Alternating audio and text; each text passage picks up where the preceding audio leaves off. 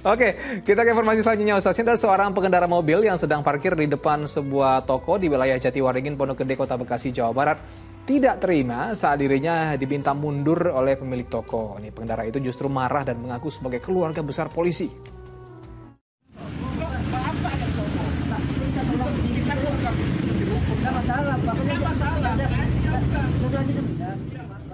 Pemilik mobil ini adu mulut dengan ketua RT setempat di kawasan Jatiwaringin, Pondok Gede, Kota Bekasi, Jawa Barat.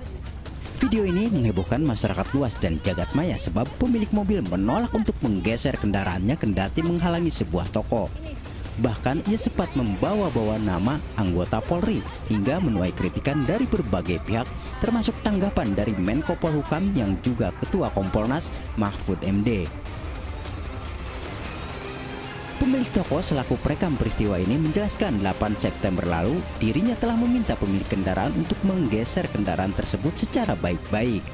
Nah, saya keluar, saya cuma bilang, saya ketuk gitu kan, mohon maaf Pak, bisa mundur atau maju aja karena ini pintu keluar masuk gitu. Nah, dia langsung buka kaca, kenapa? Gitu. Nggak apa-apa Pak, cuman ini kan menghalangi gitu. Di depan juga itu kan pintu keluar masuk itu kan ada tulisan juga ya, jangan parkir depan pintu gerbang gitu. Kalau mau di pinggir silahkan, pokoknya intinya keluar masuk itu nggak menghalangi. Nah itu betul sampai dia bilang, kamu tahu nggak? Saya keluarga besar polisi. Saya bilang keluarga besar, saya nggak masalahkan bapak keluarga besar polisi aja, saya masalah bapak kalau memundurkan mobilnya hanya saya poin saya itu aja cuman ya. Tiba-tiba akhirnya nggak mau. Kalau nggak mau emang apa nggak bisa mundur? Enggak, saya nggak bisa mundur. Ya udah. Pemilik mobil kemudian pergi setelah lebih dari 10 menit parkir di depan toko perlengkapan sekolah ini. Belum diketahui pasti sosok pengemudi mobil yang membawa nama polisi tersebut. Kini warga berharap tidak ada kendaraan parkir sembarangan di Jalan Raya Jatiwaringin sebab kawasan ini selalu padat dengan arus lalu lintas. Awang Darmawan melaporkan dari Bekasi, Jawa Barat. Ya, lagi-lagi kita sayangkan oknum yang diduga anggota polisi memberikan contoh yang kurang baik gitu ya. Nah, Ustaz, menjadi pribadi yang baik memang tidak semudah kata-kata gitu, Ustaz. Ya, kalau misalnya kita di TV atau apa tuh, wah, jadi malaikat gitu, Ustaz. Tapi kadang-kadang pengaplikasiannya di lapangan itu tidak seperti yang kita sampaikan. Bahkan dalam Al-Quran disebutkan Allah Subhanahu Wa Taala akan menghukum lebih berat orang-orang yang hanya pandai berkata-kata tapi tidak bisa melaksanakan apa yang ia sampaikan. Nah, bagaimana menurut Ustaz?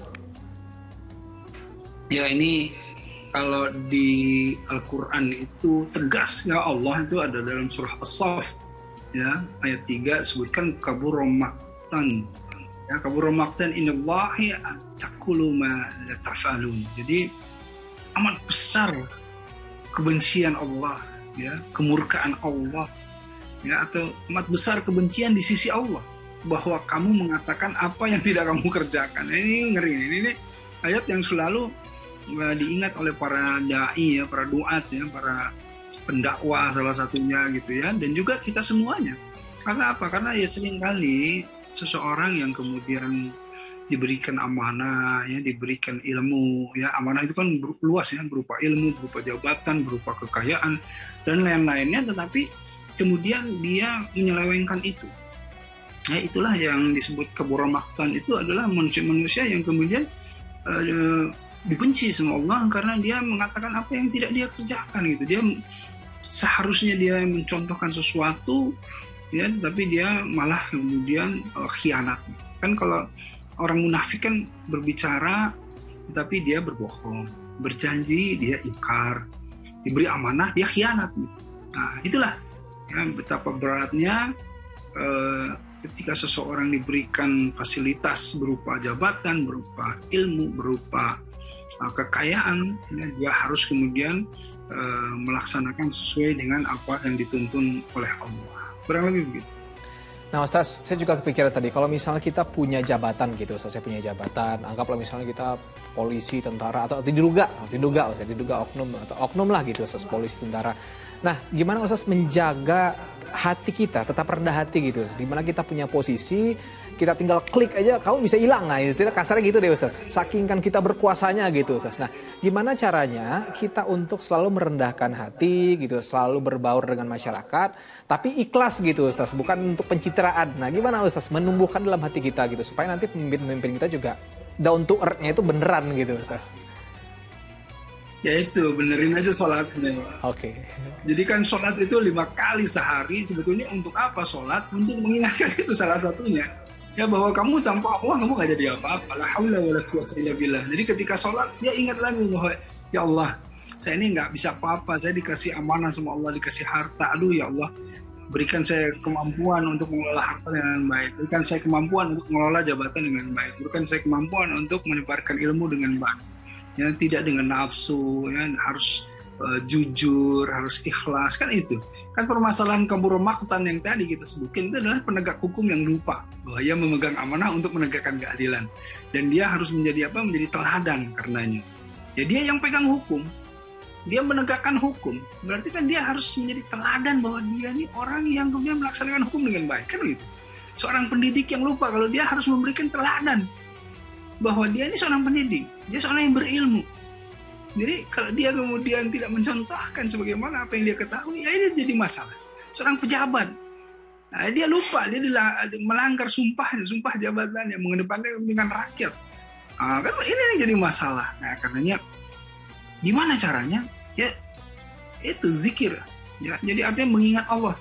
Ya zikron kasiro, mengingat Allah sebanyak-banyaknya. Nah, di dalam sistem mekanismenya kita diingatkan sholat. Sholat ini kalau misalnya belum cukup, ya kemudian perbanyak zikir-zikir di luar sholat-sholatnya. Nah, ya seperti itu, insya Allah. Jadi intinya saya jadi ingat Ustaz ya, perbaiki sholatmu maka Allah akan memperbaiki hidupmu gitu Ustaz ya. Kalau nggak salah gitu.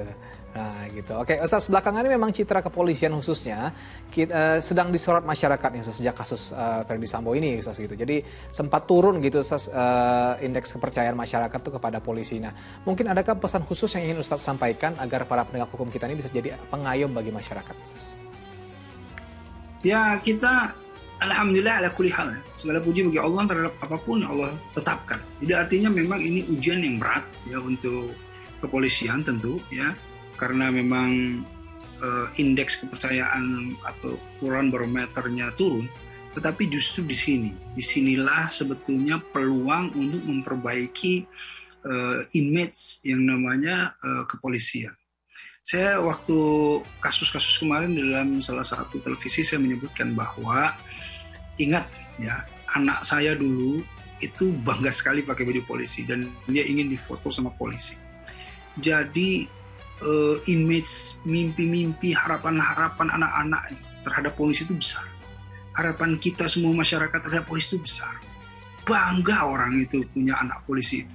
Nah jangan sampai mimpi-mimpi itu dihancurkan dengan kasus-kasus Verdi Sambo dan lain-lain. Karenanya inilah saatnya. Ayo berantas segala sesuatu yang buruk di dalam tubuh kepolisian. Dan kami percaya bahwa lebih banyak lagi orang-orang yang baik di dalam kepolisian itu. Tapi bergerak, ayo bergeraklah, turun tangan, maju, berani untuk apa? Untuk melawan itu semua. Karena apa? Karena orang-orang yang baik ketika diam, kezalimanlah yang akan kemudian menguasainya. Ayo saya support di tubuh kepolisian. Ayo segera restorasi, reformasi atau apapun istilahnya, tapi perbaiki itu dan insya Allah masyarakat semuanya mendukung antum semua orang-orang baik di belakang kepolisian itu semuanya. Amin. Amin. Baik, kita lanjut ke informasi selanjutnya Ustaz.